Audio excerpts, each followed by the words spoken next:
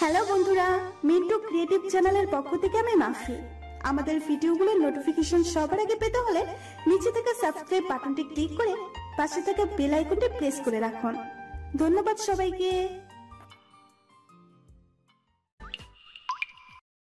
সকালবেলা আমি ঘুমিয়েছিলাম, হঠাৎ করে কে যেন আমার শরীরের উপর এক বালতি পানি ঢেলে দিল। আমি চোখ মেলে তাকিয়ে দেখতে পারলাম আমার বড় বোন আমার গায়ের উপর এক বালতি পানি ঢেলে দিয়েছে।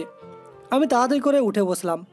তখন আপু আমাকে বলতে লাগলো, কিরে জমিদার হয়ে গেছিস? এতক্ষণ পর্যন্ত ঘুমিয়ে থাকতে হয়? বাবা এত কষ্ট করে রোজগার করে নিয়ে আসে, আর তুই সেটা বসে বসে নষ্ট করছিস। তোর মতো ছেলে থেকে না থাকার চেয়ে অনেক বেশি ভালো। আপু তুই এগুলো আমাকে কি বলছিস? আমি তো কোনো কিছু বুঝতে পারছি না। আর আমি বসে বসে নষ্ট করছি মানে? আমি কি নষ্ট হয়ে গেছি নাকি যে আমি বাবার টাকা এভাবে নষ্ট করছি? আর এভাবে বালতি দিয়ে পানি কেন মারলি? আমার যেটা ইচ্ছা আমি সেটাই করব, কারণ এখানে আমি টিউশন করিয়ে পরিবারের অনেক টাকা দিই, আর তুই তো এক পয়সাও দিস না। উল্টো আমার আর বাবার টাকায় তুই চলাফেরা করছিস। আমি আর আপুর সঙ্গে কোনো কথাই বললাম না। আপু আরও অনেক কথাগুলো বলে সেখান থেকে চলে গেল। আপু চলে যাওয়ার পর আমিও উঠে ফ্রেশ হয়ে নিলাম। উদ্দেশ্য, এখন হয়তো বাজারে যাওয়া লাগবে। আমি খাবার টেবিলে চলে আসলাম। খাবার টেবিলে চলে আসার পর আম্মু তখন বলতে লাগলো, তাড়াতাড়ি করে বাজারে গিয়ে বাজারটা শেষ করে আয়, তারপরে খাবার খাবি। এখন আর খাবার খাওয়ার প্রয়োজন নেই, যা তাড়াতাড়ি। আমি মায়ের মুখ থেকে এরকম কথা শুনতে পাবো এটা সত্যি আশা করিনি। মায়ের মুখ থেকে হয়তো অন্য কিছু শুনতে আশা করেছিলাম।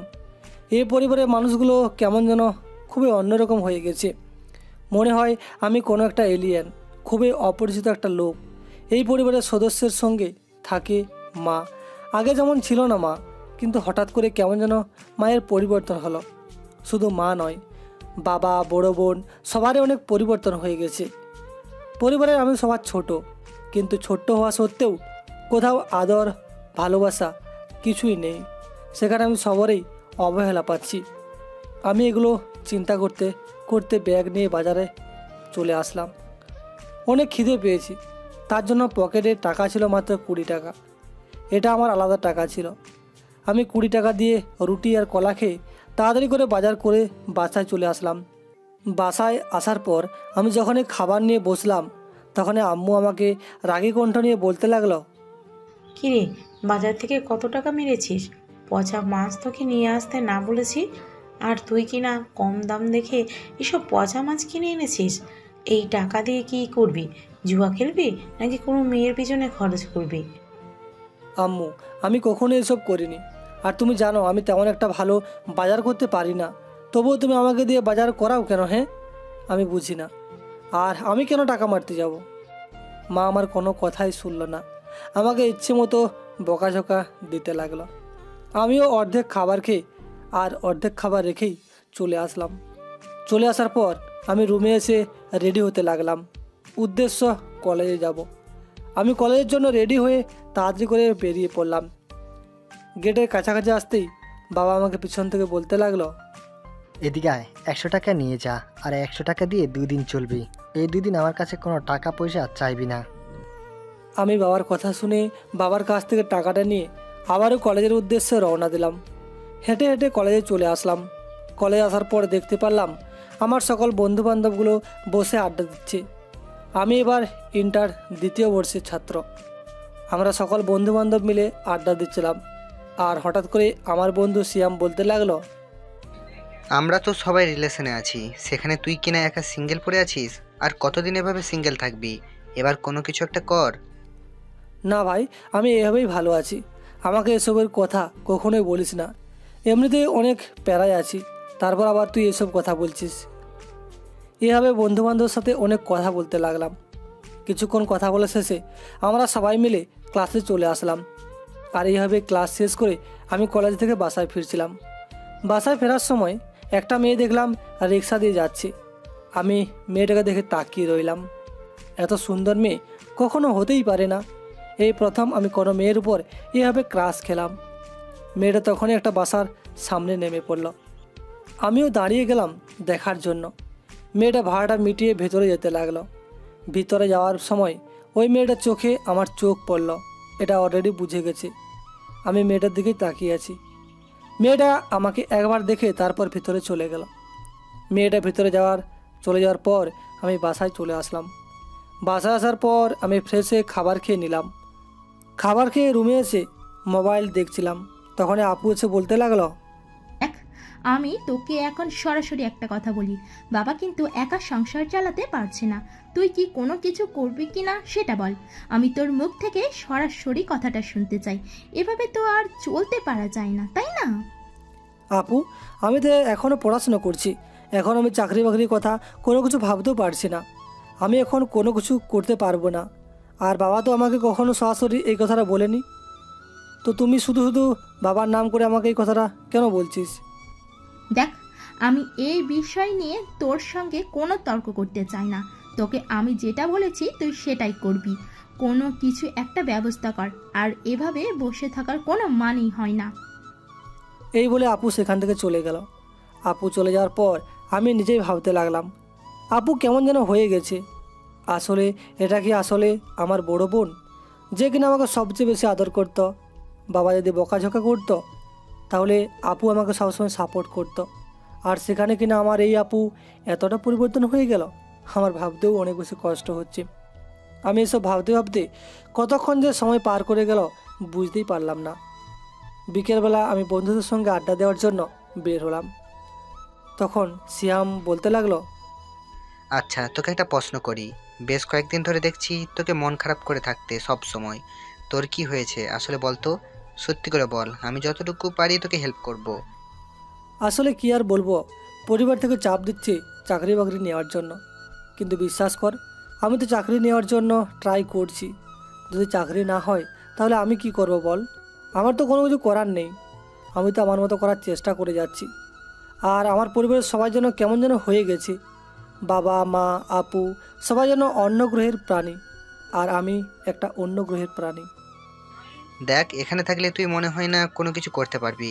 তার চেয়ে ভালো যে তুই কোথাও চলে যা, আর সেখানে গিয়ে নতুন করে জীবনটাকে সাজিয়ে নে, তোর জন্যই ভালো হবে।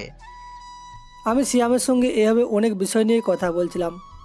হঠাৎ করে দেখলাম ছাদের উপর থেকে কে যেন দাঁড়িয়ে আছে, দাঁড়িয়ে আমাদেরই দেখছিল।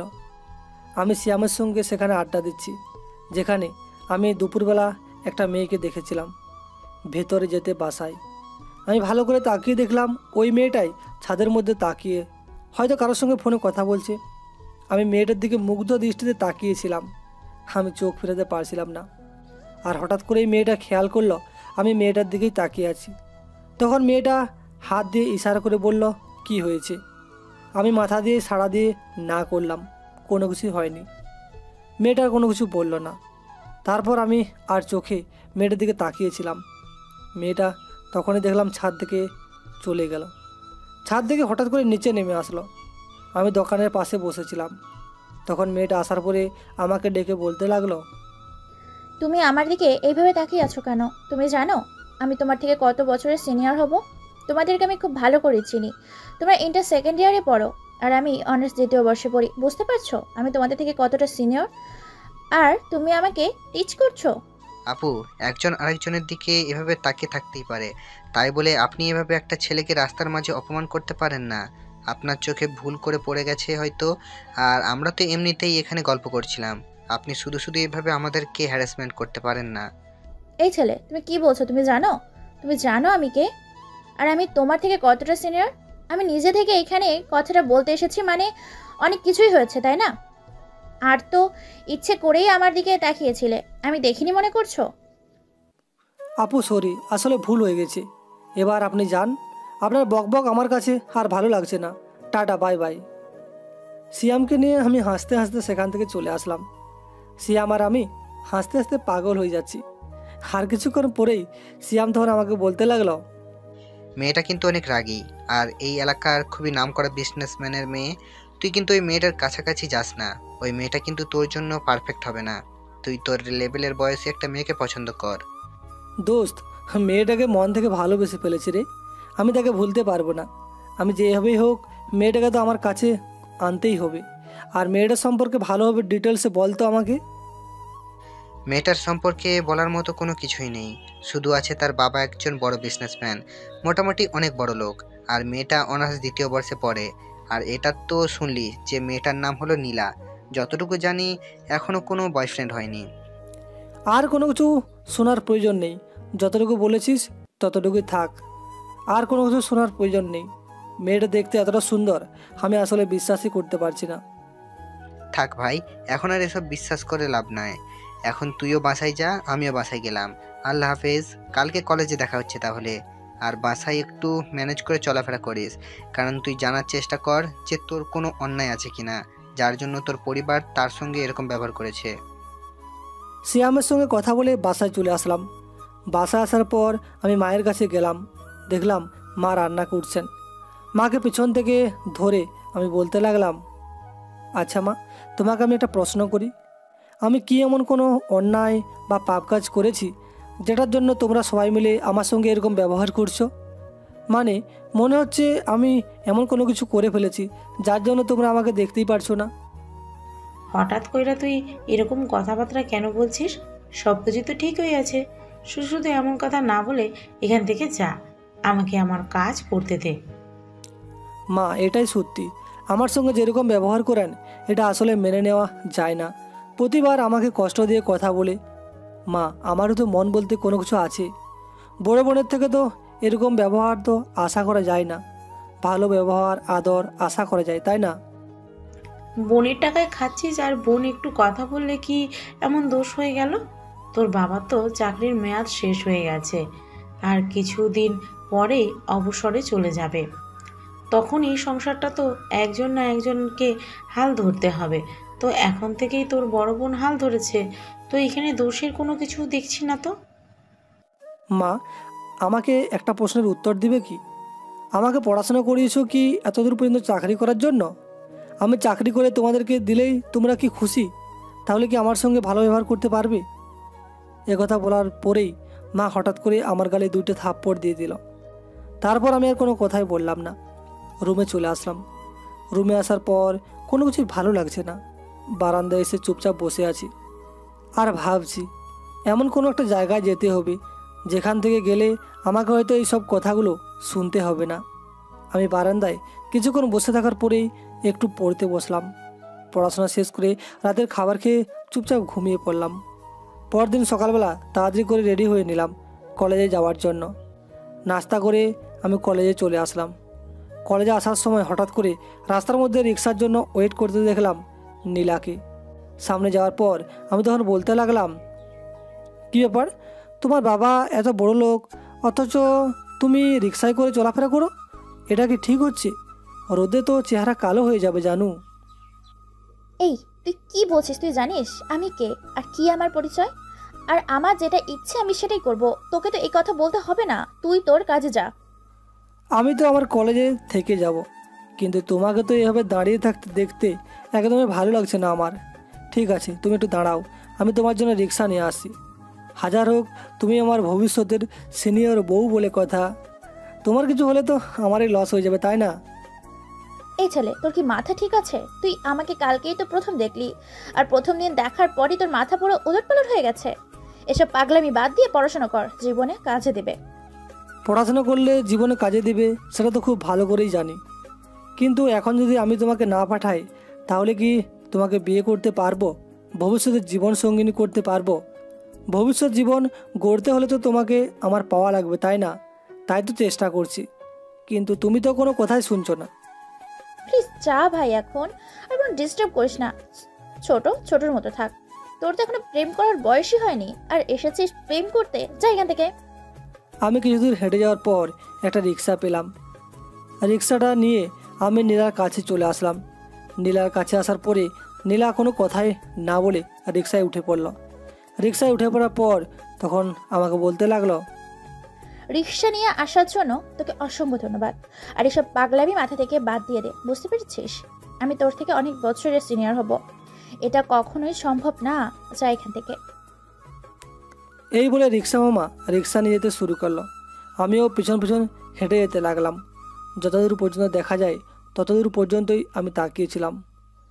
আর কলেজে আস্তে আস্তে আমার বেশ দেরি হয়ে গেল। দেখলাম স্যার ক্লাসে প্রবেশ করছেন। তখন স্যার আমাকে বলতে লাগলো, কি ব্যাপার, তুমি আজকেও লেট করে এসেছো? আমি তোমাকে বলেছি আর কখনো লেট করে আসবে না। ওই দিন তোমার লাস্ট ওয়ার্নিং ছিল, আজকে হঠাৎ করে দেরি করলে কেন? আজকে কিন্তু অজুহাত দিবেন আমাকে। আসলে স্যার একটু ঘুম থেকে উঠতে দেরি হয়ে গেছে। এরপর থেকে আর কখনো এমন হবে না। এরপর থেকে আমি অ্যালার্ম সেট করে রাখবো। স্যার, এবারের মতো ক্ষমা করে দিন। তোদের প্রতিদিন অজুহাতের শেষ নেই। এমন কোনো অজুহাত দিবি যেটা আমাদের বিশ্বাসযোগ্য হয়। যা, পেছনে গিয়ে বস, সামনে তো পরীক্ষা, একটু ভালো করে পড়াশোনা করিস, বুঝতে পেরেছিস? চুপচাপ সিয়ামের সঙ্গে গিয়ে বসলাম। সিয়াম তখন বলতে লাগলো, কিরে, তুই আজকে দেরি করে আসলি কেন? তুই তো দেরি করার মানুষ না। তুই নিশ্চয়ই ওই নীলার সঙ্গে দেখা করতে গিয়েছিলি, তাই না? তার বাসার সামনে। তা জানিস যখন, তাহলে আর বলার কি আছে? এখন চুপচাপ ক্লাস কর, নাহলে স্যার কিন্তু ক্লাস থেকে বের করে দেবে।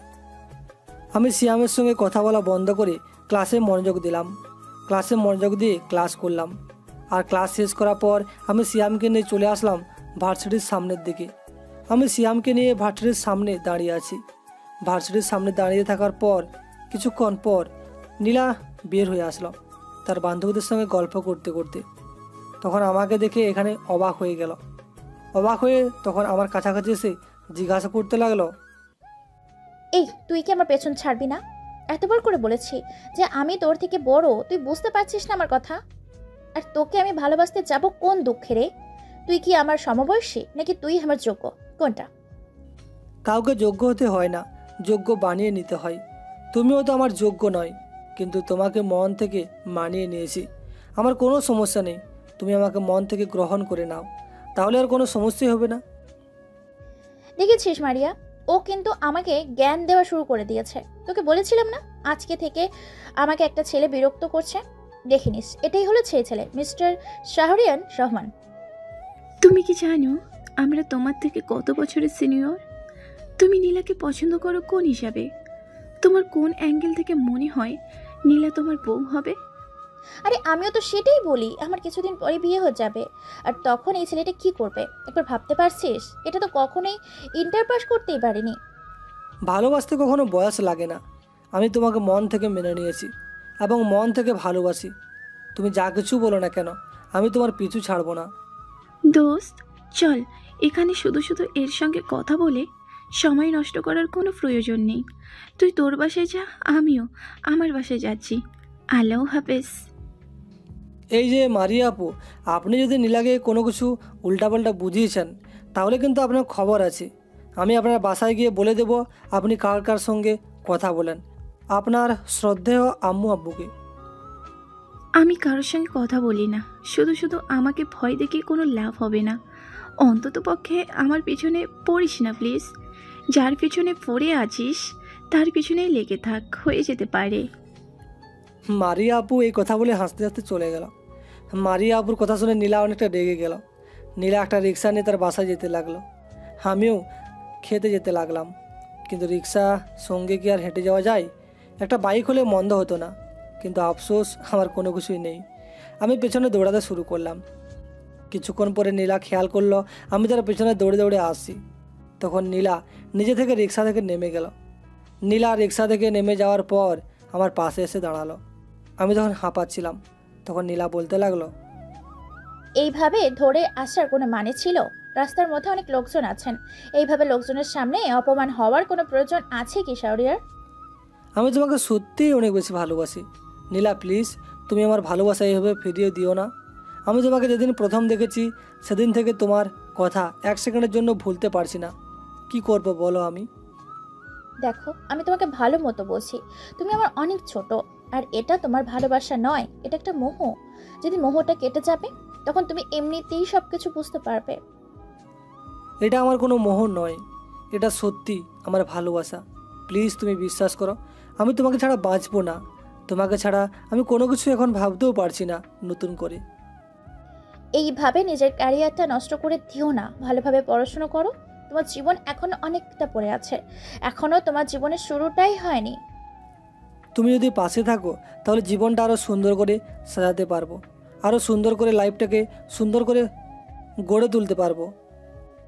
আমি তোমাকে কখনোই মনে হয় বোঝাতে পারবো না। তুমি থাকো, আমি গেলাম।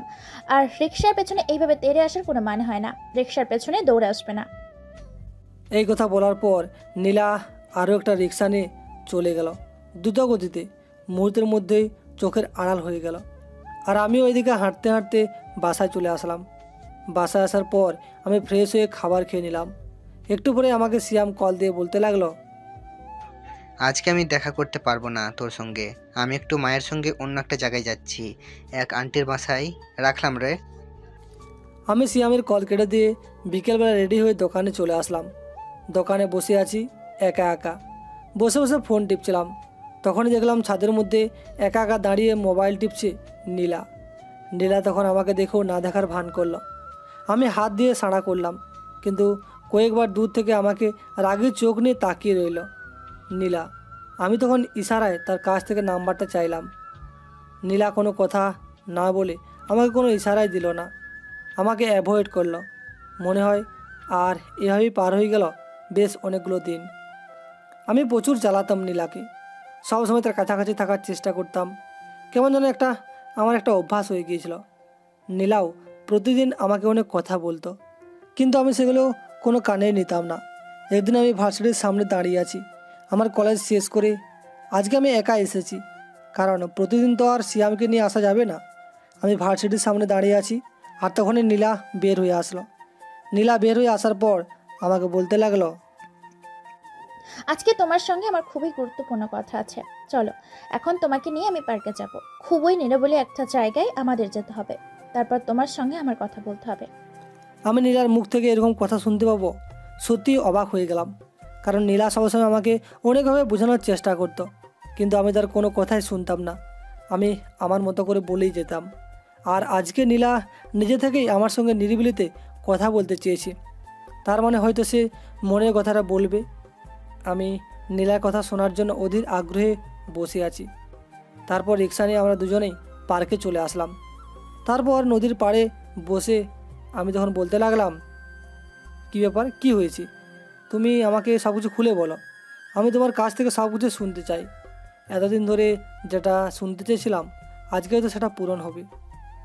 দেখো, তুমি আমার পেছনে পড়ে আছো প্রায় 2 মাস হতে চললো, কিন্তু এই 2 মাসে তোমাকে আমি অনেক খেয়াল করছি, অনেক দেখেছি, অনেক বুঝেছি। তুমি না আসলে ছেলেটা অনেক ভালো। তুমি আমার থেকে ভালো মেয়ে ডিজার্ভ করো, এটা সত্যি। তুমি আমার সম্পর্কে কতটুকু জানো? তুমি আমার সম্পর্কে হয়তো 50% জানো, আর বাকি 50% এখনো তুমি জানোই না। দেখো, তোমাকে ভালোবাসার জন্য আমার যতটুকু জানার প্রয়োজন আমি ঠিক ততটুকুই জেনেছি। এর চেয়ে বেশি কিছু জানার কোনো কিছুই প্রয়োজন নেই আমার। তোমার সব কিছু জানার অধিকার রয়েছে শরিয়ার। তুমি আমার সম্পর্কে কোনো কিছুই জানো না। আমার কিন্তু বিয়ে হয়েছে, আমার 3 বছরের একটা মেয়ে আছে। তুমি কি এগুলা শোনার পর এখন ঠিক আমাকে ভালোবাসবে? সত্যি বলছি, আমার একটা বিয়ে হয়েছিল, আর আমার একটা 3 বছরের মেয়েও আছে। নীলার কথা শুনে অবাক হয়ে রইলাম। অবাক হয়ে আমি নীলার দিকেই তাকিয়ে আছি। আমার কেন যেন নিজের কানকে বিশ্বাস হচ্ছে না। আসলে নীলাকে দেখে আমার এরকমটা কখনোই মনে হয়নি যে সে বিবাহিত বা তার একটা মেয়ে আছে। এরকমটা আমার কখনোই মনে হয়নি। আমি চুপ করে আছি দেখে তখন নীলা আমাকে কিছুটা আপসেট হয়ে বলতে লাগলো, আমি জানতাম তুমি না করবে, আর আমি এটা তোমাকে অনেকদিন ধরে বলবো বলবো করে ভেবেছি, কিন্তু আসলে কিভাবে বলবো সাহস পাচ্ছিলাম না। তোমার ভালোবাসাটা সত্যি, এটাও ঠিক, আমিও তোমাকে ভালোবাসি, কিন্তু আসলে তোমার সঙ্গে আমার কখনোই যাবে না। শাহরিয়ার, তোমার লাইফটা অনেক সুন্দর, তুমি তোমার লাইফটাকে সুন্দর করে সাজাও, আমি তোমার চোখও নই। এখন অন্য কেউ হলে কি করতো আমি জানি না, তবে আমি তোমাকে আগেও যেমনটা ভালোবাসতাম এখন আরও সবচেয়ে বেশি করে ভালোবাসবো। আমি চাই যে মেয়েটা আমার পরিচয়ে মানুষ হোক, সেই জন্য বড়ো হয়ে বলে শাহরিয়ারের বাবা আমি। তোমার সকল দায়িত্ব আমি নিতে চাই, তুমি কি আমার পাশে থাকবে? এ কথা শোনার পর নীলা তখন শক্ত করে আমার হাত জড়িয়ে ধরল। নীলা আমার হাত শক্ত করে জড়িয়ে ধরে চোখ দিয়ে কয়েক ফোঁটা নোনা জল গড়িয়ে পড়লো তার। আমি নীলার হাত জড়িয়ে ধরে তার চোখ মুছে দিলাম। আর চোখ মুছে দেওয়ার পর তখন নীলা আমাকে শক্ত করে জড়িয়ে ধরলো আর বলতে লাগলো, আমার জীবনটা সত্যি অনেক বেশি কষ্টের শাওরিয়ার। আমি মাঝে মাঝে চিন্তা করতাম আমার লাইফটা কি আসলে এইভাবে যাবে নাকি নতুন কেউ আসবে। ঠিক তোমার মতো একজনকে হয়তো মনে মনে চেয়েছিলাম। আল্লাহর কাছে সবসময় চাইতাম যে তোমার মতো একটা মানুষ যেন আমি আমার লাইফে পাই। মা বাবা জোর করে এরকম একটা খারাপ মানুষের সঙ্গে আমার বিয়ে দিয়েছিল। আর কি করব, মেয়েটাকে তো আর ফেলে দিতে পারি না, মেয়েটা তো আমার। থাক, আর কোনো কিছু বলতে হবে না, আমি সব কিছুই বুঝে গেছি। তুমি চিন্তা করো না, তুমি এখন বাসায় চলে যাও। আমরা খুব তাড়াতাড়ি বিয়ে করব। আমার লাইফ স্টোরি তোমাকে না হয় অন্য একদিন বলবো। হ্যাঁ, আমি তোমার সম্পর্কে কিছুটা শিয়ামের কাছে থেকেই শুনেছিলাম। সে আমাকে একদিন তোমাকে তোমার পরিবারের ব্যাপারে বলেছিল। থাক, এসব কথা আর না বলে আমি বাসায় চলে গেলাম। তুমিও রিক্সা নিয়ে বাসায় চলে যাও, পরে আমি বাসায় গিয়ে ফ্রেশ হয়ে তোমাকে কল করব। আল্লাহ হাফিজ। আমি নীলাকে রিক্সায় তুলে দিয়ে আমিও বাসায় চলে আসলাম। বাসায় আসার পর ফ্রেশ হয়ে খাবার খাচ্ছিলাম, তখনই আম্মু এসে আমাকে বলতে লাগলো, এতদিন শুধু আমি তোর বোনের কথা শুনতাম, কিন্তু কখনো বিশ্বাস করতাম না। কিন্তু তুই আজকে যেই কাজটা করেছিস সেটা আর আমার ভাবতেও অনেক ঘৃণা হচ্ছে। তোর মতো ছেলে থেকে না থাকা অনেক বেশি ভালো। তোর বাবা পেনশনের টাকা পেয়ে বলেছিল মেয়েটাকে যেন ভালো জায়গায় বিয়ে দিতে পারেন, আর সেই টাকা তুই চুরি করে নিয়ে তোর কাছে রেখেছিস। মা তুমি আমাকে কি উল্টাপাল্টা কথা বলছো? আমি তো কোনো কিছুই বুঝতে পারছি না। আমি বাবার পেনশনের টাকা নিয়েছি মানে? বাবা কখন টাকা পেলো, কত টাকা পেলো, আমি তো কোনো কিছুই জানি না। আমি নেব কি করে? থাক, আমাকে আর কোনো কিছু বোঝাতে হবে না, আমি সব কিছু বুঝে গেছি। তুই চাচ্ছিস সমস্ত কিছু তোর ভাগেরটা নিয়ে কোনো কিছু করে ফেলার জন্য। তুই তো শুধু তোর চিন্তাটাই করবি, আমার চিন্তাটা একটা বারও ভেবে দেখলি না। মা বিশ্বাস করো, আমি এগুলো কোনো কিছুই করিনি। আর আমি টাকা চুরি করতে যাবোই বা কেন? আমার টাকা কিসের এত দরকার পড়েছে যে আমি চুরি করতে যাব, তাও আবার নিজেদের ঘরে? আম্মু তোর রুম থেকে 5 লক্ষ টাকা পেয়েছে, যে টাকা নিয়ে তুই আজকে পালিয়ে যাবি ভেবেছিস। তোর রুমে আমি ঢাকা যাওয়ার টিকিট পেয়েছি, সেই টিকিটে আজকেই ডেট। আমি এগুলো দেখে অবাক হয়ে তাকিয়েছি আম্মু ও আপুর দিকে। ওরা কি বলছে আমি কোনো কিছু বুঝতে পারছি না। তবে আম্মু তো এগুলো সম্পর্কে কোনো কিছু জানি না। যা করার সমস্ত কিছু আমার বড় বোন মানে আমার আপুই করেছে। আপু কেন এমনটা করলো? কেন আমাকে মা বাবার কাছে খারাপ বানিয়ে দিল? কোনো কিছুই বুঝতে পারলাম না। মা বাবা এটা কী করে বিশ্বাস করলো আমি এই কাজটা করেছি? তখনই বাবা চলে আসলো। বাবা আসার পর বলতে লাগলো, তুই এক্ষুনি আমার বাইর থেকে বের হয়ে যা। আমি শরীরের রক্ত পানি করে টাকা নিয়ে আসি, আর তুই সে টাকা দিয়ে জুয়া খেলিস, আর এই টাকা নিয়ে তুই বাড়ি যাবি ভেবেছিলি? শুধু তোর চিন্তাটাই করলি, আমার মেয়ের চিন্তা একটা বারও করলি না। যা, তোর মতো সন্তানের কোনো প্রয়োজন নেই আমার। আপু তুই কি আমার আসলেই সেই বড় বোন যে কিনা আমি একটু রাগ করলে তুই আমার মুখে খাবার তুলে দিতি?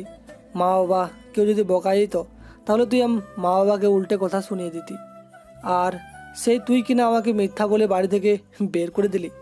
তুই কি কারণে বের করলি, এটার কি রহস্য আমি আসলে কোনো কিছুই জানি না। তবে দোয়া করি তুই ভালো থাক। আর মা বাবা তোমরা শুধু শুধু ওর কথা শুনে আমাকে বের করে দিচ্ছ। একদিন তোমরা তোমাদের ভুল বুঝতে পারবে, আর তখন হাজার চেষ্টা করলেও এই শাহরিয়ারকে আর পাবে না তোমরা। অনেক দিন ধরে আমার সঙ্গে তোমরা খারাপ ব্যবহার করে আসছো, আমাকে অবহেলা করছো। হয়তো একদিন তোমরা তোমাদের নিজেদের ভুল বুঝতে পারবে, তখন কিন্তু আর কোনো লাভ হবে না। এই কথা বলে আমার ব্যাগ গুছিয়ে আমি বাসা থেকে বেরিয়ে পড়লাম। আজকের দিনেই আমি আমার প্রিয় মানুষটাকে পেয়েছি, আর আজকেই আমাকে বাসা থেকে বের হতে হলো। আমি রেল স্টেশনে চলে আসলাম। রেল স্টেশনে চলে আসার পর ঢাকা যাওয়ার জন্য টিকিট কাটলাম। তখন আমাকে নীলা কল দিল। নীলা কল দেওয়ার পর সে আমাকে বলতে লাগলো, কি ব্যাপার, আমি তোমাকে এতক্ষণ ধরে কল করছি আর তুমি কল ধরছো না? কোনো সমস্যা আছে নাকি তোমার? আর কোথায় আছো, এত শব্দ কিসের? তোমার তো বাসায় থাকার কথা। আমি এখন রেলওয়ে স্টেশনে আছি, আমি ঢাকায় যাচ্ছি। আমাকে বাসা থেকে বের করে দেওয়া হয়েছে। আমি কোথায় যাব, কি করব, কোনো কিছু ভাবতে পারছি না। তবে ঢাকা যাওয়ার সিদ্ধান্ত নিয়েছি। হঠাৎ করে আবার তোমার কি হলো? আর বাসায় কি সমস্যা আছে? আমাকে সবকিছু খুলে বলো। এবার শহর থেকে চলে যাচ্ছ মানে কি এটা? আমি কোনো কিছু বুঝতে পারলাম না। জানি না, কোনো কিছু এখন বলতে পারবো না। এখন আমার মাথা কাজ করছে না। তোমাকে পরে আমি কল দেবো, এখন রাখছি। দেখো, তুমি এখন কল কাটবে না। আমি যেটা বলি সেটা শোনো। তুমি এই শহর ছেড়ে চলে যাচ্ছ, হ্যাঁ তুমি যাও, নিজেকে পরিবর্তন করো, কিন্তু তাই বলে আমার সাথে কথা বলা বন্ধ করবে না, এমনটা যেন কখনোই না হয়। আমার সাথে প্রতিটা সময় কথা বলতে হবে। আমি তোমাকে আটকাবো না, কারণ বাস্তবতা তোমাকে একটু বুঝতে হবে। যদি একটা বার বাস্তবতা বুঝতে পারো, তাহলে দেখবে তুমি অনেক কিছু করতে পারবে। আর এখন তো ইন্টার পরীক্ষা শেষ, আমি চাই তুমি ঢাকা গিয়ে ভার্সিটিতে ভর্তি হও। নীলা আমাকে অনেকভাবে বোঝাতে লাগলো। আমিও আর চুপচাপ নীলা কথাগুলো শুনতে লাগলাম। কিছুক্ষণ পরে ট্রেন চলে আসলো। যথারীতি আমি ট্রেনে বসে পড়লাম। ট্রেন তার আপন গতিতে চলতে লাগলো। আমি জানালার পাশে বসে নীলার সঙ্গে মেসেজ করছিলাম। নীলা আমাকে অনেকভাবে বোঝাতে লাগলো। মেয়েটা সত্যিই অনেক বেশি ভালো। আমি এমন একটা মানুষ আমার লাইফে পেয়েছি, যে মানুষটা আমাকে সবচেয়ে বেশি সাপোর্ট করেছে এই সময়টাতে। এটা ভাবতেই আমার প্রতি অনেক বেশি ভালো লাগছে। যেখানে আমার পুরো পরিবার আমাকে শুধু শুধু বের করে দিয়েছে, সেখানে আমার মা বাবার কোনো দোষ নেই, কারণ সব কিছু ষড়যন্ত্র করেছে আমার বড় আপু। কিন্তু আপু কেন এটা করতে পারলো, আমি কোনো কিছু বুঝতে পারলাম না। প্রায় 4 ঘন্টা জার্নি করার পর আমি ঢাকা এসে পৌঁছালাম। ঢাকা কমলাপুর রেলওয়ে স্টেশনে নামার পর কোথায় যাব কি করব বুঝতে পারছি না। তবে আগে একটা বাসা লাগবে যেখানে আমার থাকার প্রয়োজন। পকেটে হাত দিয়ে দেখতে পারলাম আমার পকেটে মাত্র 500 টাকা পড়ে আছে। অনেক খিদে পেয়েছে, তবে আগে ক্ষুধা নিবারণ করতে হবে। আমি একটা হোটেলে এসে খাবার খেয়ে নিলাম। খাবার খাওয়ার পর দেখতে পারলাম আমার পকেটে আর মাত্র 350 টাকা পড়ে আছে। আর তখনই আমাকে নীলা কল দিল। ফোনের চার্জ প্রায় শেষ হয়ে এসেছে। নীলা তখন আমাকে কল দিয়ে বলতে লাগলো, তোমার পকেটে কি টাকা আছে নাকি নেই? আমি তোমার বিকাশে 4,000 টাকা দিচ্ছি, এটা দিয়ে আপাতত চলো, পরে যদি লাগে আমি দিব, কিন্তু এখন আমার কাছে এর চেয়ে বেশি নাই, আমি পাঠিয়ে দিচ্ছি। আর কোনো কথা বলবে না, যা শোনার পরে শুনবো। এখন আপাতত কোনো কিছুর একটা ব্যবস্থা করে থাকার জন্য, তবে সেটা ভার্সিটির আশেপাশে। তুমি এই ভার্সিটিতে ভর্তি হবে। আমি দেখি তোমার জন্য কোনো কিছু করতে পারি কিনা। নীলা তুমি আমাকে টাকা দিচ্ছ ঠিক আছে, তবে এটা ধার হিসাবে। আর আমাকে ভার্সিটিতে ভর্তির জন্য তুমি তোমার বাবাকে কিছু বলবে না। আমি চাই না কেউ আমাকে দয়া করুক। আমি যে রেজাল্ট করেছি সেই রেজাল্ট অনুযায়ী সেই ভার্সিটিতে ভর্তি হব। আচ্ছা ঠিক আছে, তোমার যেটা ভালো মনে হয় তুমি সেটাই করো, কিন্তু তবুও প্লিজ আমার সঙ্গে কথা বলা বন্ধ করো না। আমি তোমাকে জীবনের চেয়ে অনেক বেশি ভালোবেসে ফেলেছি। আমি নীলার সঙ্গে কথা বলে কলটা কেটে দিলাম। কিছুক্ষণ পরেই আমার বিকাশে টাকা আসলো 4000। আমি সেই টাকা তুললাম। সেই টাকা তুলে আমি একটা রুম নিলাম থাকার জন্য, তবে খুবই ছোট্ট একটা রুম। আমি সব কিছু বোঝাতে বোঝাতে সময়টা পার করে দিলাম। রাতের বেলায় হোটেল থেকে খাবার খেয়ে আমি এসে শুয়ে পড়লাম। শুয়ে শুয়ে ভাবছি ভার্সিটিতে ভর্তি হওয়ার জন্য মোটামুটি অনেক টাকার প্রয়োজন, এটা কি করে ম্যানেজ করব। তখনই নীলা আমাকে কল দিল। নীলা কল দেওয়ার পর আমাকে বলতে লাগলো, এখন বলো তোমার কি হয়েছে? আমি তোমার মুখ থেকে শুনতে চাই কি হয়েছে। তুমি কেন বাড়ি থেকে বের হয়ে এসেছো এখন বলো ঠান্ডা মাথায়। আমি সব কিছু নীলাকে খুলে বললাম, প্রথম থেকে কি কি হয়েছিল, আজকে কি হয়েছে। নীলা সব কিছু শোনার পর চুপ করে আছে। তখন নীলা আমাকে আবারও বলতে লাগলো, আমার মনে হচ্ছে তোমার আপু অনেক বড় কিছু একটা করবে, যার জন্য কিছু একটা করে তোমাকে বাড়ি থেকে বের করে দিয়েছে। তবে আমার মনে হচ্ছে পুরো সম্পত্তিটা তোমার আপু হাতাতে চাচ্ছে। তবে তোমার আপুকে কেউ একজন বুদ্ধি দিচ্ছে, আর তার বুদ্ধিতেই তোমার আপু এই কাজ করছে। আমার মনে হচ্ছে এরকমটাই, কারণ আপু তো আগে এমন ছিল না। যে আপু আমাকে মুখে তুলে খাবার খাইয়ে দিত, সেই আপু আমাকে বাড়ি থেকে বের করে দিল ষড়যন্ত্র করে। তাই তো আমি মাঝে মাঝে ভাবতাম মা বাবা এত কেন অবহেলা করে। মানে আমার নামে মা বাবার কাছে অনেক কিছু বলতো, আর সেই কারণে মা বাবা দিনের পর দিন আমার সঙ্গে কথা বলেনি, আমাকে অবহেলা করেছে। ভার্সিটি ভর্তি হবে, টাকা পয়সা তো কিছুই লাগবে তাই না?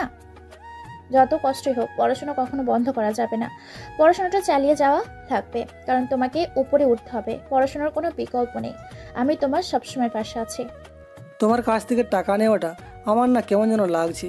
এভাবে আর কতদিন তোমার কাছ থেকে নেব? আমাকে তো কোনো কিছু একটা করতে হবে। আমি দেখি কোনো জব পাই কিনা। এটা ঠিক আছে, তুমি এদিকে জব খুঁজে থাকো, আর যতদিন পর্যন্ত জব খুঁজে না পাও ততদিন পর্যন্ত না হয় আমি চালাবো।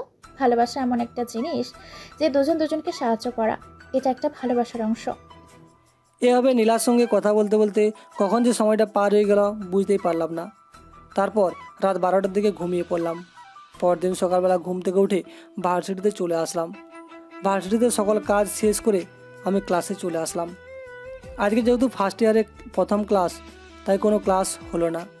পরিচয় পর্ব শেষ হয়ে বের হয়ে আসলাম। আমি ভার্সিটি থেকে বের হচ্ছিলাম, তখনই পিছন থেকে একটা মেয়ে আমাকে ডাকতে লাগলো। আমি পেছন ফিরে তাকাই। আমি পিছনে ফিরে দেখলাম আমার একটা বই মেয়েটার হাতে রয়েছে। মেয়েটা তখন বইটা হাতে নিয়ে আমাকে বলতে লাগলো, আপনি আপনার একটা বই ফেলে এসেছিলেন, এই নিন আপনার বই। আচ্ছা, আপনার নামটা কি জানতে পারি, যদি কিছু মনে না করেন? আরে না, এখানে কিছু মনে করার কি আছে? আমার নাম শাহরিয়ার, আর আমরা যেহেতু একই সঙ্গে পড়াশোনা করি, আপনি না বললে খুশি হব। তুই করে না হয় বলবো, যদি আপনার কোনো আপত্তি না থাকে। ওকে, ঠিক আছে। আমাদের একটা গ্রুপ আছে, সেই গ্রুপের সঙ্গে তোকে পরিচয় করিয়ে দিচ্ছি। আর আমার সাথে আয়, সবার সঙ্গে পরিচয় করিয়ে দিই। তারপর আমি পরিচয় করিয়ে দিই। তারপর আমি শাহরিয়ারকে নিয়ে আসলাম আর সবার সঙ্গে পরিচয় করিয়ে দিতে লাগলাম। শাহরিয়ার, এটা হচ্ছে হাসান, ও ঋতু, আর ও হচ্ছে জুবাইর, বুঝতে পারছিস? আর তোমরাও পরিচয় হয়ে নেও, ও হচ্ছে শাহরিয়ার। আজকে থেকে আমাদের নতুন বন্ধু, ওকে? ঠিক আছে, সবাই চলেন, আমরা কোথাও গিয়ে বসি, তারপর কথা বলি। এবার ওদের মধ্যে দাঁড়িয়ে থাকার কোনো মানেই হয় না। আরে তুই এভাবে আমাদেরকে আপনি করে কথা বলছিস কেন? আর এই ভার্সিটিতে আপনি বা তুমি কোনোটাই চলে না, তাই তুই করে বলতে হবে। ও সরি, আসলে ভুল হয়ে গেছে। ঠিক আছে, চল সবাই কোথাও গিয়ে বসি। তারপর আমরা সবাই মিলে বসে পড়লাম একটা জায়গায়, আর সবাই মিলে আড্ডা দিতে লাগলাম। আড্ডা দিতে সত্যি অনেকটা মনটা ভালো হয়ে গেল। কিছুক্ষণ আড্ডা দেওয়ার পর আমি চলে আসলাম। ফোনটা হাতে নিয়ে দেখলাম অনেকগুলো কল দিয়েছে নীলা। আমি ফোনটা ব্যাক করলাম। তখন সে আমাকে বকাঝকা করতে লাগলো, আমাকে বলতে লাগলো, নতুন ভার্সিটি, নতুন মানুষ পেয়ে এই পুরনো মানুষটাকে তো ভুলেই গিয়েছো তুমি। আর এখন তো ভুলেই যাবে, কারণ এখন তো নতুন নতুন মানুষ, নতুন নতুন মেয়ে, ওদের ভালোবাসাটা অনেক বেশি। আমি তো বুড়ি, আমাকে নিয়ে তো আর তোমার হবে না। আরে তুমি এসব কী কথা বলছো? এমনিতেই নতুন বন্ধুদের সাথে পরিচয় হয়েছে, তাই জন্য একটু আড্ডা দিলাম। আর আমি তো এখনই ফোন করলাম, সমস্যা তো কোনো কিছু নেই। আর আমার কাছে এই বুড়িটাকেই অনেক বেশি ভালো লাগে, বুঝতে পারছো? আমি যদি পাগল না হয়ে যাই, তাহলে তোমার কাছ থেকে আমাকে কেউ আলাদা করতে পারবে না, বুঝতে পারছো? হয়েছে হয়েছে, তোমার এসব বড় বড় কথা শোনা আমার হয়ে গেছে। এখন কাজের কথা শোনো। ভার্সিটি কেমন লাগছে সেটা বলো। খুব ভালো। এখন বাসায় যাচ্ছি, বাসায় গিয়ে ফ্রেশ হয়ে তারপর তোমাকে আমি কল দেবো। আপাতত রাখলাম, আল্লাহ হাফিজ, বুঝতে পারছো? আমি কল কেটে দিয়ে যথারীতি তাড়াতাড়ি করে বাসায় চলে আসলাম। বাসায় এসে নিজে রান্না করলাম, কারণ হোটেলে খাবার খেতে আমাকে একদমই ভালো লাগে না। আমি খাবার রান্না করে গোসল করে খেয়ে নিলাম। খাওয়ার পর আমি নীলাকে কল দিলাম। নীলাকে কল দেওয়ার পর আমি কথা বলতে লাগলাম, আর এইভাবে বেশ সময়টা পার হয়ে যেতে লাগলো। দেখতে দেখতে পার হয়ে গেল প্রায় একটা বছর। আর এই একটা বছর আমি নিজেকে কিছুটা হলেও ডেভেলপ করেছি। আমি একটা কোম্পানিতে চাকরি করি, মোটামুটি ভালো মানের স্যালারি আমাকে দিয়ে থাকেন, আর বাকি সময় পড়াশোনা করি। এদিকে নীলাও আমাকে বিয়ের জন্য অনেক প্যারা দিচ্ছে। আমিও বুঝতে পারছিলাম মেয়েটা আমাকে ছাড়া থাকতে পারছে না। আমিও নীলার কাছ থেকে দূরে থাকতে পারছিলাম না। একদিন অফিসে বসে কাজ করছিলাম, সেই সময় আমাকে নীলা বলতে লাগলো, তুমি কি আমাকে বিয়ে করবে কিনা সেটা বলো। বাসা থেকে তো আর আমি চাপ নিতে পারছি না। বাসা থেকে আমাকে অনেক কথা তোমাকে নিয়ে বলছে। আমি তো তোমার ব্যাপারে বাসায় জানিয়ে দিয়েছি, তো আমি এখন কি করব? চলে আসো, আজকে আমি ট্রেনের টিকিট কেটে দিচ্ছি। তুমি মেয়েটাকে নিয়ে আমার কাছে চলে আসো, আমি নতুন রুম নিচ্ছি। আমি কি এইভাবে বিয়ে করব?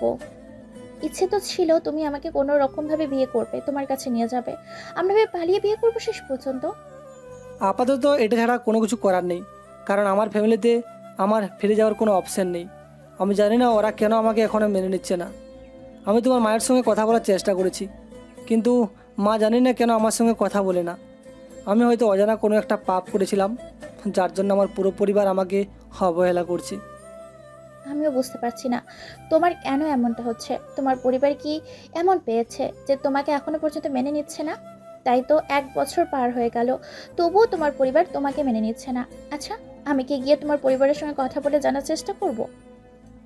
না, এটা কখনোই করবে না, কারণ ওনারা যেহেতু আমাকে ভুলে গেছেন, আমিও আর ওদেরকে কোনো কিছু বলবো না কোনো দিন। ভালো থাকুক তারা, তাহলে আমি খুশি। আমি নীলাকে সব কিছু বুঝিয়ে দিলাম কীভাবে কী করতে হবে, আর আমি ট্রেনের টিকিট কেটে দিলাম। আর সে ট্রেনে করে মেয়েকে নিয়ে চলে আসলো ঢাকায়।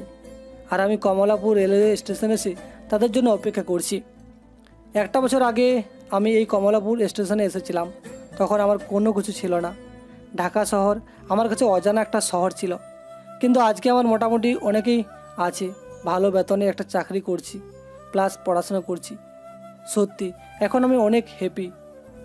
মানুষ বদলায়, তবে মানুষের বদলানোটা মানুষের কাজে লাগানো উচিত।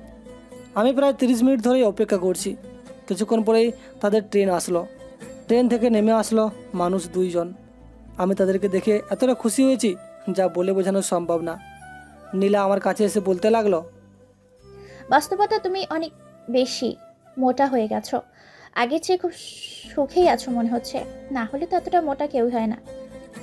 এসব কথা না বলে তাড়াতাড়ি চলো, আমার অফিসের কলিগরা সবাই দাঁড়িয়ে আছে বিয়ের সাক্ষী হিসাবে। চলো তাড়াতাড়ি। আম্মু তুমি এদিকে আসো, আমার কাছে আসো। আমি নীলাকে নিয়ে সিএনজিতে উঠে বসলাম, আর সিএনজিটা যেতে লাগলো কাজী অফিসের উদ্দেশ্যে। তারপর কাজী অফিসে চলে আসলাম, আর নীলাকে কোলে নিয়েই আমি কাজী অফিসে চলে আসলাম। কাজী অফিসে আসার পর আমাদের বিয়েটা হয়ে গেল।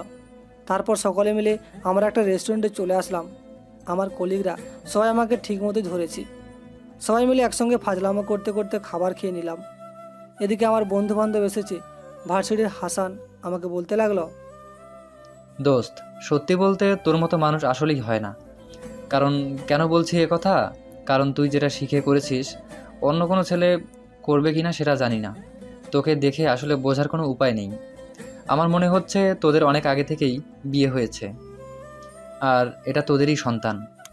দোস্ত আমি জানি না আমি কি করেছি, তবে দোয়া করিস যেন আমরা মৃত্যু পর্যন্ত একই সঙ্গে থাকতে পারি। আমি আমার মেয়েটাকে আমি মানুষ করব। যদি আমার এরকম একটা মেয়ে থাকে তখন কি করতাম? আমি শারীরিক সুখের জন্য বিয়ে করিনি, আমি মানুষটাকে দেখে বিয়ে করেছি। মানুষটা এক প্রকার মানসিক শান্তি দিতে পারে আমাকে। ঠিক আছে দোস্ত, তুই তাড়াতাড়ি করে বাসায় যা, কারণ মেয়েটা ঘুমিয়ে গিয়েছে। আর বাসায় যাওয়ার পরেও তো গোছানো লাগবে, তোদের অনেক সময় লাগবে। আর এই ঋতু আর তিশা, তোরা ওর সাথে যা, বাসাটা ভালোভাবে গুছিয়ে দিয়ে আয়। এটা কি তোমার কাছ থেকে শুনতে হবে? আর আমাদেরকে এগুলো বলতে হবে না। আমাদের সিনিয়র ভাবিকে দিয়ে আমরা চলে গেলাম। তারপর আমি সিএনজিতে করে নতুন বাসায় চলে আসলাম।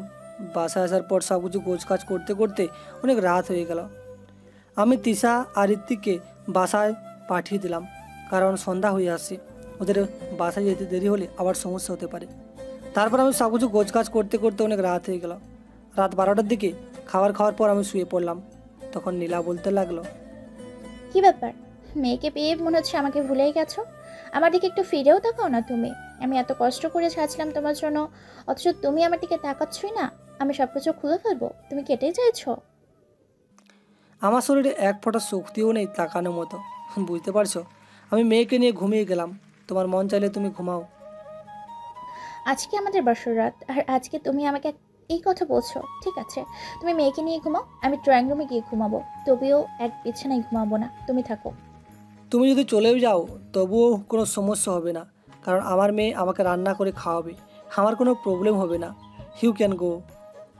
কি এত বড় কথা বললে তুমি আমাকে? ঠিক আছে, আমি চলে যাচ্ছি ড্রয়িং রুমে, তুমি থাকো একা একা। যদি একবার আমার কাছে এসেছো না, তাহলে তোমার খবর আছে। ভাই, তোমার কাছে যাওয়ার কোনো ইচ্ছা নাই। তুমি তোমার রাস্তা মাপো, আর আমি আমার রাস্তা মাপি। ওকে, ঠিক আছে। আল্লাহ হাফিজ, গুড বাই, গুড নাইট। নীলা এই কথা শুনে অনেক বেশি রেগে গেছে। আমি জানি নীলা আমাকে ছাড়া এক বিন্দু ঘুমাতে পারবে না। তারপর আমি কিছুক্ষণ পরে মেয়েটাকে ঘুম পাড়িয়ে আমি নীলার কাছে চলে আসলাম।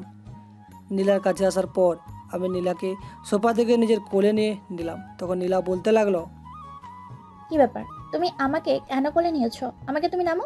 তোমার কাছে আমি যেতে চাই না। তোমার মতো মানুষ আমার কোনো প্রয়োজন নেই, আমি একাই থাকতে পারি। তা একা থাকার জন্যই কি সে এতদূর থেকে আমার কাছে এসেছো? ঠিক আছে, একা থাকো, আমি গেলাম। পরে যদি আমার কাছে আসার চেষ্টা করো না, তখন কিন্তু তোমার খবর আছে। কেন? তুমি না বলেছো তোমার শরীরে তাকানোর মতো শক্তিটা নেই? তাহলে কেন আমার কাছে এসেছো? আর এখন আমাকে কোলে নিয়ে আসো কেন? আমাকে নামো। আমি নীলার ঠোঁট জোড়া দখল করে নিলাম।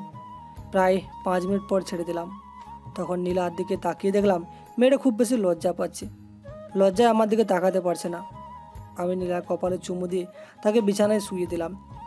দুজন মিলে হারিয়ে গেলাম এক অজানা একটা রাজ্যে। ফজরের সময় মেয়ের কান্নার শব্দে আমার ঘুম ভেঙে যায়।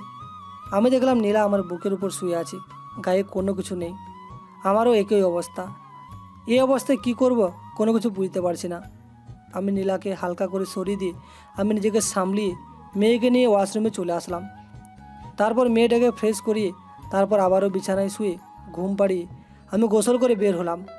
তখন নীলা আমাকে দেখে হাসতে শুরু করলো আর বলতে লাগলো, যাক, এখন থেকে দায়িত্ব নেওয়া শুরু করে দিয়েছো।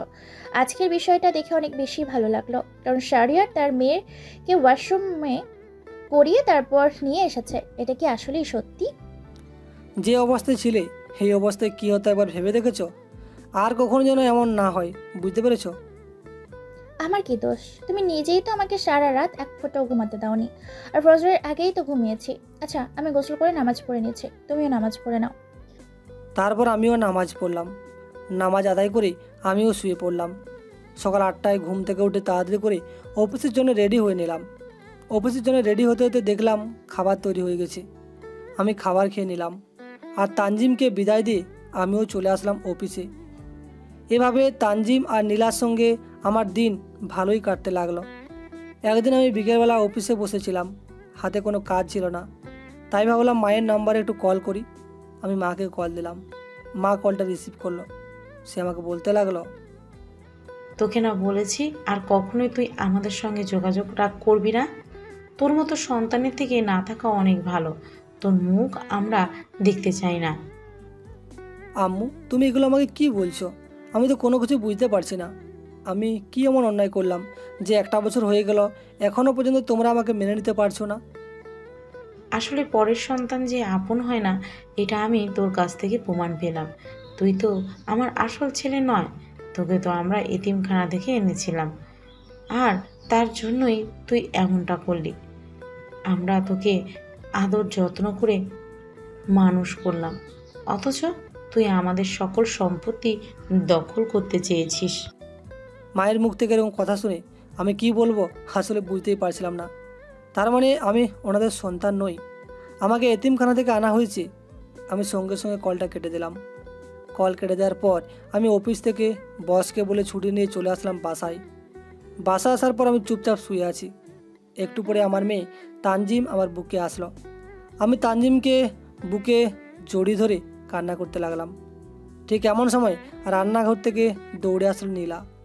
নীলা এসে আমাকে বলতে লাগলো, কি ব্যাপার, তোমার কি হয়েছে? তুমি এইভাবে কান্না করছো কেন মেয়েকে জড়িয়ে ধরে? তোমার কি শরীর খারাপ নাকি? অনেক কিছু হয়েছে, প্লিজ চুপ করে থেকো না। আমি আজকে মাকে ফোন করেছিলাম, আর মা আমাকে কি বলল সেটা তুমি এই রেকর্ডিং থেকে শুনে নাও। আমি ভাবতেও পারছি না মা এরকম কোনো কিছু একটা বলবে। নীলা আমার কাছ থেকে মোবাইলটা নেওয়ার পর রেকর্ডিংটা শুনলো।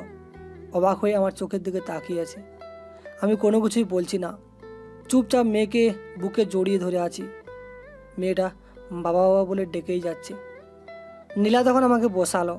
আমি নীলার পাশে বসার পর নীলা আমার হাতটা ধরলো। হাতটা ধরে বলতে লাগলো, শৌর্য, আমি তোমার ফ্যামিলির কোনো কিছু দেখে তো তোমাকে বিয়ে করিনি। তোমার ফ্যামিলির কি আছে কি নেই সেটা আমার জানার কোনো প্রয়োজন নেই। কিন্তু বিশ্বাস করো, তুমি কষ্ট পেলে এমন যেন আমার বুকটা হাহাকার করে। প্লিজ তুমি কষ্ট পেও না। ওনারা তোমার আপন বাবা, ওনারা তোমাকে ছোটবেলা থেকে মানুষ করেছে, ওনাদের ভুলটা ভাঙাতে হবে। কিন্তু আমার মা বাবা কে আমি তো কোনো কিছু জানি না। আমি আমার আসল মা বাবার খোঁজ নিতে চাই। আমি কি আমার আসল মা বাবাকে দেখতে পারবো, নাকি অন্যরা অনেক আগেই মারা গেছে তারা, আর ওনারা ভুল বুঝে আছে আমার উপর? আমি কি করে ভুল ভাঙাবো? কারণ এখানে কিনা ওনার মেয়ে মানে আমার বড় আপু ওনাদেরকে ভুল বুঝিয়ে আমাকে দূরে সরিয়ে দিয়েছে। আগে তো আমি ওনাদের ছেলে, তার উপর আবার ভুল বুঝে আছে। তো এখানে আমার কোনো কিছু করার আছে তুমি বলো? দেখো, তোমার কোনো কিছু করার আছে কি না আমি এখন কোনো কিছু বলতে পারছি না। তবে আমার মনে হচ্ছে, আমার মন বলছে তোমার কিছু একটা করতে হবে। নিজেকে এমন জায়গায় নিয়ে যাওয়া লাগবে যেটা কখনোই কেউ যেতে পারেনি। কিন্তু আমার মনে হচ্ছে আমি পারবো না, কারণ আমি আমার আসল মা বাবার খোঁজ জানতে চাই। আমার কোনো কিছু ভালো লাগছে না নীলা। দেখো, একদম এসব নিয়ে ভাববে না তুমি। আমি তো তোমার পাশে আছি নাকি, তো টেনশন করার লাগে? এখন উঠে এসো, খাবার খাবে, দেখবে আস্তে আস্তে সব ঠিক হয়ে যাবে। নীলা আমাকে জোর করে ওয়াশরুমে পাঠালো। আমি ওয়াশরুম থেকে ফ্রেশ হয়ে নিলাম। ফ্রেশ হয়ে খাবার টেবিলে চলে আসলাম। খাবার টেবিলে আসার পর নীলা তখন খাবার দিল। সে নিজেই আমাকে খাবার খাইয়ে দিতে লাগলো। এমনিতেই ফোনে চাপ ছিল, তেমন একটা ভালো লাগছিল না, কিন্তু সময় পার করার জন্য এটাই করছিলাম। তখনই তানজিম এসে দুষ্টুমি করতে লাগলো। তানজিমের সঙ্গে দুষ্টুমি করতে করতে খাবার খেতে লাগলাম। তখন নীলা আমাকে বলতে লাগলো, আজকে তোমার মেয়ে সারাদিনের মধ্যে একটু দিনে ঘুমায়নি, তুমি তাড়াতাড়ি করে খাইয়ে ঘুম পাড়াও। আমি তানজিমের সঙ্গে গল্প করতে করতে খাবার খেয়ে তানজিমকে নিয়ে রুমে চলে আসলাম। তানজিমকে ঘুম পাড়িয়ে দিলাম। একটু পরে নীলা তার কাজ শেষ করে সে আমার বুকে আসলো। আমার বুকে এসে তখন আমার মাথায় হাত বুলিয়ে দিতে বলতে শুরু করলো, দেখো, এসব নিয়ে একদম মন খারাপ করে থাকবে না কিন্তু। যদি মন খারাপ করে থাকো তাহলে কিন্তু তোমার খবর আছে, বলে দিলাম। তোমার মন খারাপ দেখলে আমার কি ভালো লাগে? দেখবে একদিন না একদিন তুমি সবাইকে খুঁজে পাবে, আর ওনারাও নিজেদের ভুল বুঝতে পারবে। নীলা আমার মাথায় হাত বুলিয়ে দিতে লাগলো। এভাবে আমি যে কখন ঘুমিয়ে পড়লাম বুঝতেই পারলাম না। পরদিন সকালবেলা ঘুম থেকে উঠলাম, দেখলাম তানজিম এবং নীলা দুজনে আমার দুই পাশে বুকের উপর আছে। এই জন্যই তো বলি আমার বুকে এত ভারী ভারী লাগে কেন। আমি তানজিমকে ডাকতে শুরু করলাম। তখন নীলা বলতে লাগলো, তোমার কি খেয়ে দেওয়ার কোনো কাজ নেই? তুমি মেয়েটাকে কেন রেখেছো? ও ঘুমিয়ে আছে, ঘুমিয়ে থাক। উঠলে তো আমি রান্না করতে পারবো না। আজকে অফিসে যেতে ভালো লাগছে না আমার। আমি বসকে ফোন করে বলে দিচ্ছি 2-3 দিনের জন্য ছুটি লাগবে। দেখি বস ছুটি দেয় কিনা। আমার ফোনটা দাও। আচ্ছা ঠিক আছে, তাহলে তো ভালোই হয়। আমার ছুটি হলে আমিও তোমাকে একটু পাবো, কারণ তুমি তো আমাকে এখন ইদানিং সময় দিতে চাও না। আমি আলতো করে নীলার কপালে চুমা দিতে লাগলাম। নীলার কপালে চুমু দিয়ে আমি ফোন দিয়ে বসকে কল দিলাম। তারপর কল দেওয়ার পর বস আমাকে 3 দিনের ছুটি দিল। তারপর আমি নীলার সঙ্গে শুয়ে পড়লাম। তখন নীলা বলতে লাগলো, এইভাবে দুষ্টুমি করলে কি আর হবে? খাওয়া দাওয়া করা লাগবে না? আমি রান্না করতে গেলাম, তুমি এই মেয়েকে নিয়ে শুয়ে থাকো, আসতে হবে না। তুমি আসলে আমি রান্না করতে পারবো না। তুমি মানুষটাই ভালো না। যদি না আসি তাহলে আরেকটা তানজিম কি করে আসবে? তাই তো তোমার কাছাকাছি আসা লাগবে, বুঝতে পারছো না? তোমার সঙ্গে কি আমি কখনো ওই কথা পেরেছি? আর মনে হয় না পারবো। আমি গেলাম, তুমি থাকো। তোমার এসব আজাইরা কথাবার্তা শোনার একদম সময় নাই আমার। নীলা চলে গেল। নীলা চলে যাওয়ার পর আমিও নীলার পিছনে চলে আসলাম। আমি নীলাকে পিছন থেকে জড়িয়ে ধরে রেখেছি, আর নীলা রান্না করছি। তখন আমি নীলার ঘাড়ে চুমু দিলাম। আর তখন সে বলতে লাগলো, এইভাবে দুষ্টুমি করলে কিন্তু একদমই রান্না করতে পারবো না। তুমি এখন রুমে গিয়ে শুয়ে থাকো। এভাবে দুষ্টুমি করলে কিন্তু আমি রান্না করা যায় বলো? সারা রাত তো অনেক হলো, এবারও এখন একটু আমাকে ছাড়ো। তোমাকে বিয়ে করেছি কি ছাড়ার জন্য নাকি? তোমাকে বিয়ে করেছি আদর করার জন্য, পাশাপাশি থাকার জন্য, কাছাকাছি থাকার জন্য, আরও অনেক কিছুই করার জন্য, বুঝতে পারছো? আরো কিছু বলো উদাহরণ থাকলে। তুমি যে কি এখান থেকে, এবার কিন্তু আমার তোমার উপর মেজাজ খারাপ হয়ে যাচ্ছে। নীলা আমার উপর খুন্তি দিয়ে দৌড়ানি দিল, আর আমিও রুমে চলে আসলাম। রুমে এসে আমি মেয়েকে নিয়ে শুয়ে পড়লাম। আর এভাবে যে আবার কখন ঘুমিয়ে পড়লাম বুঝতেই পারলাম না। আর কখন ঘুম ভাঙলো নীলার ডাকে। আমি ঘুম থেকে উঠে সবাই মিলে একসাথে খাবার দাওয়া করলাম। আর খাওয়া দাওয়া শেষ করে আমি নীলাকে বললাম, আজকে বিকালে তোমাকে নিয়ে একটু পার্কে যাব ঘুরতে। অনেকদিন তোমাকে নিয়ে ঘুরতে যাওয়া হয় না। তানজিম, তুমিও যাবে। এইভাবেই নিজের পরিবারকে সময় দিতে দিতে সময়টা খুব ভালোই কাটলো। বিকেলবেলা তানজিম এবং নীলাকে নিয়ে ঘুরতে বের হলাম। এভাবেই 3টা দিন পার হয়ে গেল। এই 3টা দিন আমি নিজের পরিবারকে সময় দিয়ে খুব ভালোই লাগলো। আর আমিও আগের মতো আবারও অফিসে যাওয়া শুরু করলাম। আর এদিকে অফিসে তেমন একটা কাজ না থাকায় আমি আজকে ভার্সিটিতে চলে আসলাম। ভার্সিটিতে আসার পর হাসান তখন আমাকে বলতে লাগলো, দোস্ত, আমরা চাই তুই রাজনীতি শুরু কর, কারণ তোকে ছাড়া রাজনীতি হবে না। তুই বাস্তবতাটা খুবই ভালো করে বুঝতে পারিস। দূর, এসব কি বলছিস? আমার দ্বারা কখনোই রাজনীতি হবে না। আমি রাজনীতির কোনো কিছুই বুঝি না। আর রাজনীতি তো করবো দূরের কথা। দেখ দোস্ত, আমরা সঠিক কথাই বলছি। এই ভার্সিটিতে ভিপি নির্বাচন হবে, আর আমরা চাই যে এই ভার্সিটিতেই তুই হবি। কারণ অন্য কেউ যদি দিতে হয় তাহলে এই ভার্সিটির সকল কিছু তার নিয়ন্ত্রণে চলে যাবে। আমরা শান্তিতে ভার্সিটিতে আসতে পারবো না। তোর বিপরীতে থাকবে 3 বারের বিজয়ী সাদ্দাম, সাদ্দামকে টেক্কা দিতে পারলেই তোর আর কোনো চিন্তা নেই, তুই এই ভার্সিটির ভিপি হবি। আর একটাবার যদি ভিপি হতে পারিস তাহলে আর তোর পেছনে ফিরে তাকানো লাগবে না, শুধু উপরে উঠতে থাকবি, কারণ তোর মধ্যে প্রতিভা আছে। দোস্ত, আমরাও চাই যে তুই রাজনীতিটা ভালো করে কর। আমরা তো পাশে আছি, এই গোটা ভার্সিটির ছাত্রছাত্রীরা তোর পাশে আছে। আমরা সব কিছু জোগাড় করব, তোর কোনো কিছু করা লাগবে না। কারণ তুই যদি ভিপি হোস তাহলে আমাদেরই লাভ হবে। আমরা ভার্সিটিতে একটু শান্তিতে থাকতে পারবো, কারণ এই ভার্সিটিতে যদি সাদমান ভিপি হয় তাহলে এই ভার্সিটিতে মাদকদ্রব্য ব্যবসা শুরু করে দেবে, পুরো নেশার আড্ডাখানা হয়ে যাবে। তারপর আমাকে সবাই মিলে একই কথা বলতে লাগলো। আমি জুবায়েরকে জিজ্ঞাসা করলাম, সেও আমাকে একই রকম বলতে লাগলো। তারপর এভাবেই পার হয়ে গেল সারাটা দিন। ছাত্রছাত্রীর সঙ্গে কাজ করতে করতে সময়টা পার হয়ে গেল। কদিন সকালবেলা আমি আমার নামের নমিনেশন জমা দিলাম স্যারের কাছে, আর সকলে অনেক খুশি। মাত্র 2 দিন পরে নির্বাচন ভার্সিটিতে, আর এই কারণে যত রকমের প্রোগ্রাম রয়েছে সকল কিছু কমপ্লিট করতে করতে পুরো জীবন শেষ হয়ে গেছে আমার। আর আজকে 2 দিন পর নির্বাচন, জানি না কপালে কি আছে। যদি হেরে যায় তাহলে কোন দুঃখ থাকবে জানি না, কিন্তু আমার চেয়েও বেশি দুঃখ পাবে আমার পাশে যারা ছিল। এদিকে সাদ্দাম তখন আমার কাছে এসে বলতে লাগলো, কিরে, তুই কি মনে করেছিস তুই ভার্সিটিতে নতুন এসে এত বড় দায়িত্ব নিয়ে নিবি? কখনোই হবে না। আমি এই ভার্সিটিতে 5 বছর ধরে আছি, আর তুই মাত্র সেকেন্ড ইয়ারে উঠে নির্বাচন করে তুই সব কিছু তোর হাতের মুঠোয় নিয়ে নিবি? এটা তো হতে পারে না। ভাই, এভাবে থ্রেট দেওয়ার কোনো কাজ তো আমি করিনি। আপনিও করছেন, আমিও করেছি। ছাত্রছাত্রীদের যাকে পছন্দ হবে তাকে ভোট দিবে। এখানে জবরদস্তি করে আমি আপনার কাছ থেকে ক্ষমতা ছিনিয়ে নিতে চাচ্ছি না। আমার সঙ্গে রাজনীতি করতে আসিস না, আমি রাজনীতি খুব ভালো করেই জানি, তাই তোকে আর কোনো কিছু বললাম না।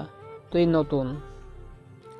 সাদ্দাম আমার সঙ্গে এগুলো বলে সামনে থেকে চলে গেল, আর আমিও অন্য কাজ করতে লাগলাম। ছেলেটা একটু অন্যরকম টাইপের, তার জন্য বেশি কথা বাড়ালাম না, কারণ আমাকে যদি পছন্দ হয় তাহলে ওরা এমনিতেই আমাকে ভোট দেবে। আমি এগুলো করতে করতে সময়টা পার করে দিলাম। সন্ধ্যার সময় রেজাল্ট জানানোর পালা। আমি অধীর আগ্রহে বসে আছি, কখন মাইকে বলবে ফলাফল। আর ফলাফল ঘোষণা হলো, আমি জয়ী হয়েছি।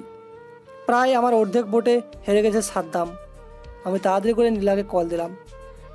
নীলাকে কল দেওয়ার পর নীলা কলটা রিসিভ করলো না। আমি পরপর প্রায় 10 বারের মতো কল দিয়েছি, কিন্তু কলটা রিসিভ করছে না। তারপর আমি বন্ধুবান্ধব এবং সবাইকে সময় দিতে দিতে রাত 8টায় বাসায় ফিরলাম। দরজার কাছে এসে কলিং বেল দিলাম। কলিং বেল দেওয়ার সময় দেখতে পারলাম একটা পুরুষ লোকের জুতা আমার ফ্ল্যাটের সামনে। আমি ভেতরে ঢুকলাম, তাকিয়ে দেখলাম তানজিম কারো হলে বসে আছে আর হাসি মুখে গল্প করছে। নীলা আমাকে দেখে বেশ অবাক হয়ে গেল। থতম দেখে আমাকে বলতে লাগলো, কি ব্যাপার, তুমি এত তাড়াতাড়ি কি করে আসলে? আজকে না তোমার নির্বাচন, তাহলে তোমার তো এত তাড়াতাড়ি আসার কথা ছিল না। আমি কোনো কথা বললাম না। আমি বুঝতে পারছি না লোকটা কে, তবে কিছুটা হলেও ধারণা করতে পারছি এটা কে হতে পারে। তাহলে কি নীলা আমাকে ঠকালো, আমাকে ব্যবহার করলো তার প্রয়োজনে? আমি চুপচাপ ওয়াশরুমে এসে ফ্রেশ হয়ে নিলাম। ফ্রেশ হয়ে আমি আবারও ড্রয়িং রুমে এসে দেখলাম লোকটা চলে গেছে, আর নীলার হাতে একটা গিফটের প্যাকেট। আমিও কোনো কিছু না বলে বাসা থেকে বের হয়ে যাচ্ছিলাম। হাতে অনেকগুলো কাজ আছে, সবাই আমার সঙ্গে দেখা করতে এসেছে, তাই সবার সঙ্গে দেখা করতে হবে। বের হচ্ছিলাম, আর তখন আমাকে তানজিম বলল তার একটা বাবা এসেছিল। এবার আমার আর বুঝতে বাকি রইল না যে লোকটা এসেছিল এত বছর পর নীলার সঙ্গে দেখা করতে এসেছে। নীলা আমাকে এটা জানালো না। আমি বের হয়ে যাচ্ছিলাম, তখন নীলা আমাকে পেছন থেকে বলতে লাগলো, শাওরিয়া, প্লিজ প্লিজ তুমি আমার কথাটা শোনো। তুমি যেটা দেখছো সেটা সত্যি, কিন্তু তোমার দেখার মাঝে কিছু ভুল ছিল। আমি কোনো কথা শুনলাম না, চুপচাপ বের হয়ে চলে আসলাম। বের হয়ে আসার পর আমি গেট দিয়ে যখনই বের হতে যাব তখনই কেউ যেন আমার মাথায় পিছন থেকে আঘাত করলো, আর সঙ্গে সঙ্গে আমি অজ্ঞান হয়ে গেলাম। আর হ্যাঁ বন্ধুরা, গল্পটি পরবর্তী সিজন পেতে আমাদের চ্যানেলটি সাবস্ক্রাইব করে আমাদের সাথে থাকুন। খুব তাড়াতাড়ি আমরা এই গল্পের সিজন 2 আপলোড করতে চলেছি। ধন্যবাদ সবাইকে।